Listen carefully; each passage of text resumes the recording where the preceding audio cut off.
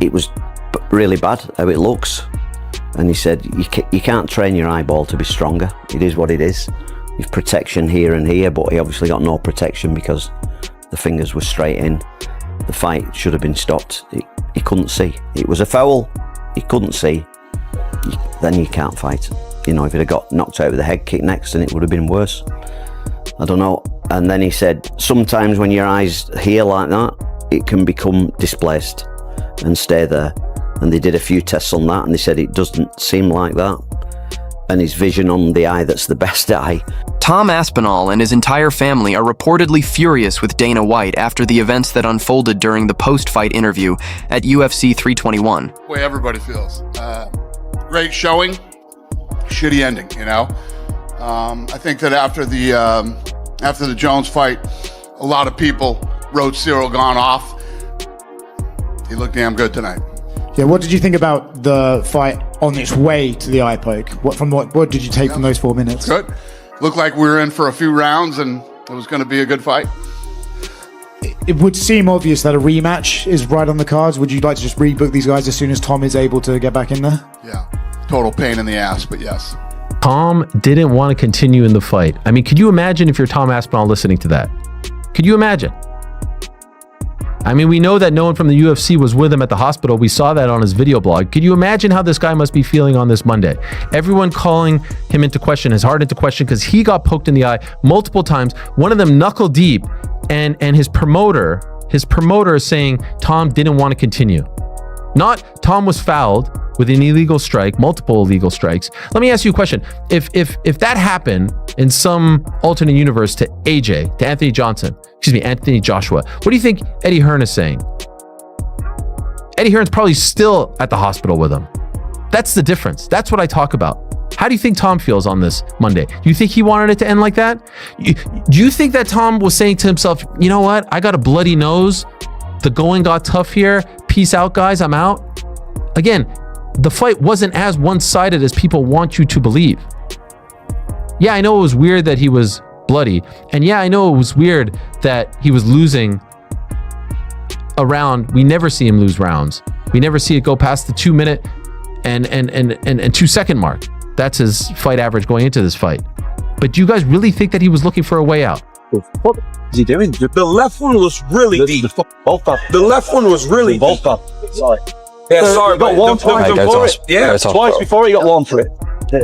Mike Bisping, he lost his eye. It's just a horrendous thing to think as a parent, really. And I know what it's like these days with people saying what they want, but if it's just your son and they could lose an eye and their health, and they've got children to look after, you know, something needs doing about it.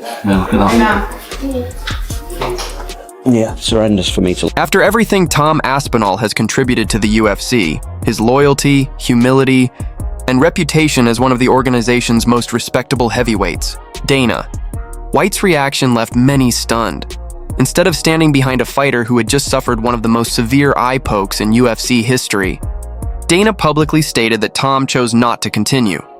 There was no mention of the fact that Ciryl Gane had poked him twice, with the second incident being a deep double eye gouge that left Tom unable to see and forced the doctor to call off the fight. This wasn't a minor injury or a simple bruise. Tom temporarily lost his vision in the octagon.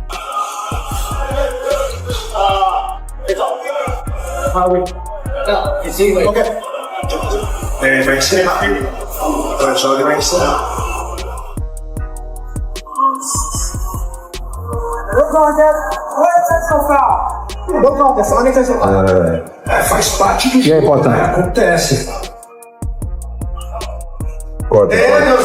I just walked out of watching this fight. I'm out here on campus. ESPN is right out my window if you find that interesting. All right.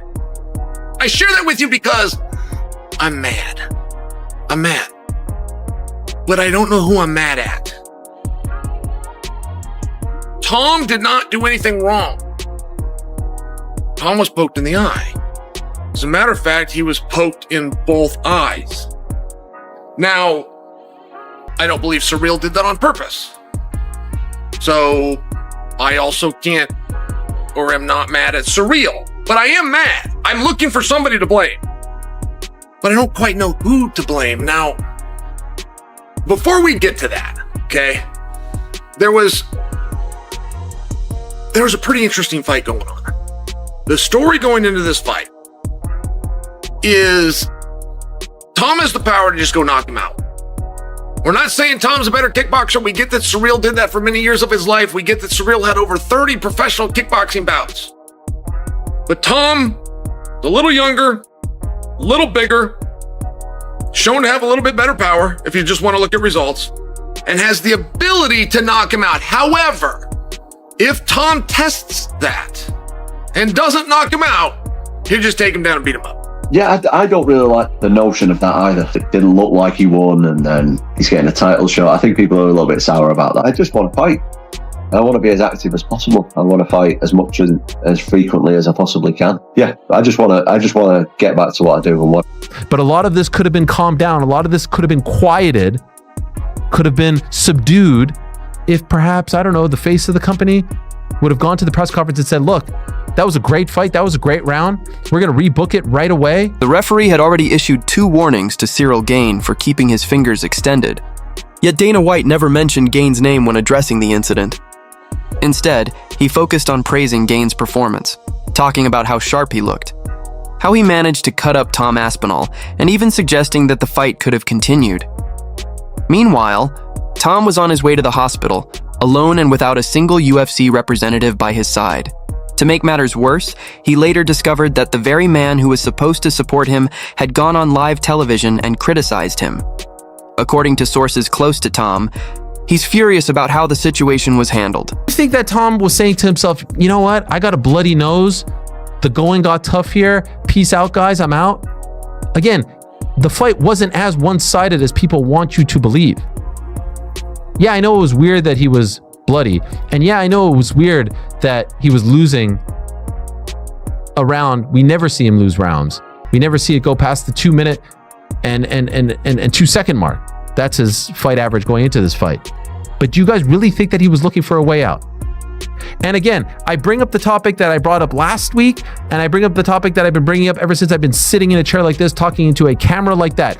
This notion of intentional versus unintentional is the stupidest shit in sports. Period. Period. You don't hear it anywhere else. Let me ask you guys a question. Yesterday, I'm watching the New York Knicks against the Miami Heat. Crucial juncture of the game. Knicks are down like 8 or so. They have the ball. Josh Hart gets called for an offensive foul. Illegal screen. Do the referees converge and say, like, did he mean to do that or did he not mean to do that? No. A foul is a foul. Ball goes the other way. Because it went a few minutes. It doesn't mean in any way, shape or form here that Tom Aspinall was struggling. He fucking wasn't. Ciryl Gane's a good technical fighter. He was making it more difficult to catch him. But it wasn't like he was dishing out loads of punishment just because Tom had a bloody nose from a punch. Fucking Floyd Mayweather had a black eye from fucking Deji. A little bit of damage when you're in there throwing big fucking fists at each other is going to happen sometime. It does not reflect the way the fight is actually going. Little bit of blood. As long as you can breathe out that nose, you are fine. And it's this context that in the MMA and fight world, people just fucking ignore for some reason. I saw Tom Aspinall land some nasty stuff too. I saw Tom Aspinall throw a high kick. I've never seen him throw a high kick, and it's partly because he's never had to throw a high kick. There are layers to these guys' games that we have to find only when they're fighting someone that not only deserves to be in there with them, but can extend them to a point where they have to use all of their weapons. I mean, look, DC knows MMA. I'm not going to say he's talking total shit there, but I think if Tom Aspinall is being experimental in there and showing us things that he's not showing us before, I don't think for 1 second it's because I'm going to struggle here. I need to throw a high kick. I've never done that before. I don't think that's in his mind at all. He's so comfortable in there. He is showing more of his skill set that he has said he's been working on in the last year. Tom Aspinall reportedly feels betrayed, humiliated, and stunned by how quickly Dana White seemed to turn on him after one unfortunate accident. Backstage, Tom was said to have told those around him, "I've given everything to this company, and this is what I get. I didn't quit, I literally couldn't see. But when I'm back, no one will ever question me again." And honestly, who could blame him? For over a year, the UFC appeared to put his career on hold, teasing him with a potential John Jones fight, then making him wait. and eventually matching him up in bouts that didn't make much sense. Then, when he finally got back inside the octagon, an accidental eye poke ended everything. And somehow, he became the one criticized. Tom's father, Andy Aspinall, didn't stay quiet either. He publicly expressed his disappointment with how the UFC handled the situation, saying he's disgusted and that once Tom's current contract is over, his son will likely walk away from MMA altogether and transition to boxing, a place where he'll be respected and properly compensated. It's a heartbreaking situation. The UFC has lost countless world-class fighters over the years due to similar treatment. Names like Francis Ngannou, Nate Diaz, and Tito Ortiz come to mind. Now it seems they might be on the verge of losing another. If Tom Aspinall truly steps away, it could leave a massive hole in the heavyweight division. The MMA world is split. Prominent figures like Ariel Helwani and Michael Bisping have spoken out in Tom's defense, calling the eye poke incident unacceptable and labeling Dana's comments as unfair.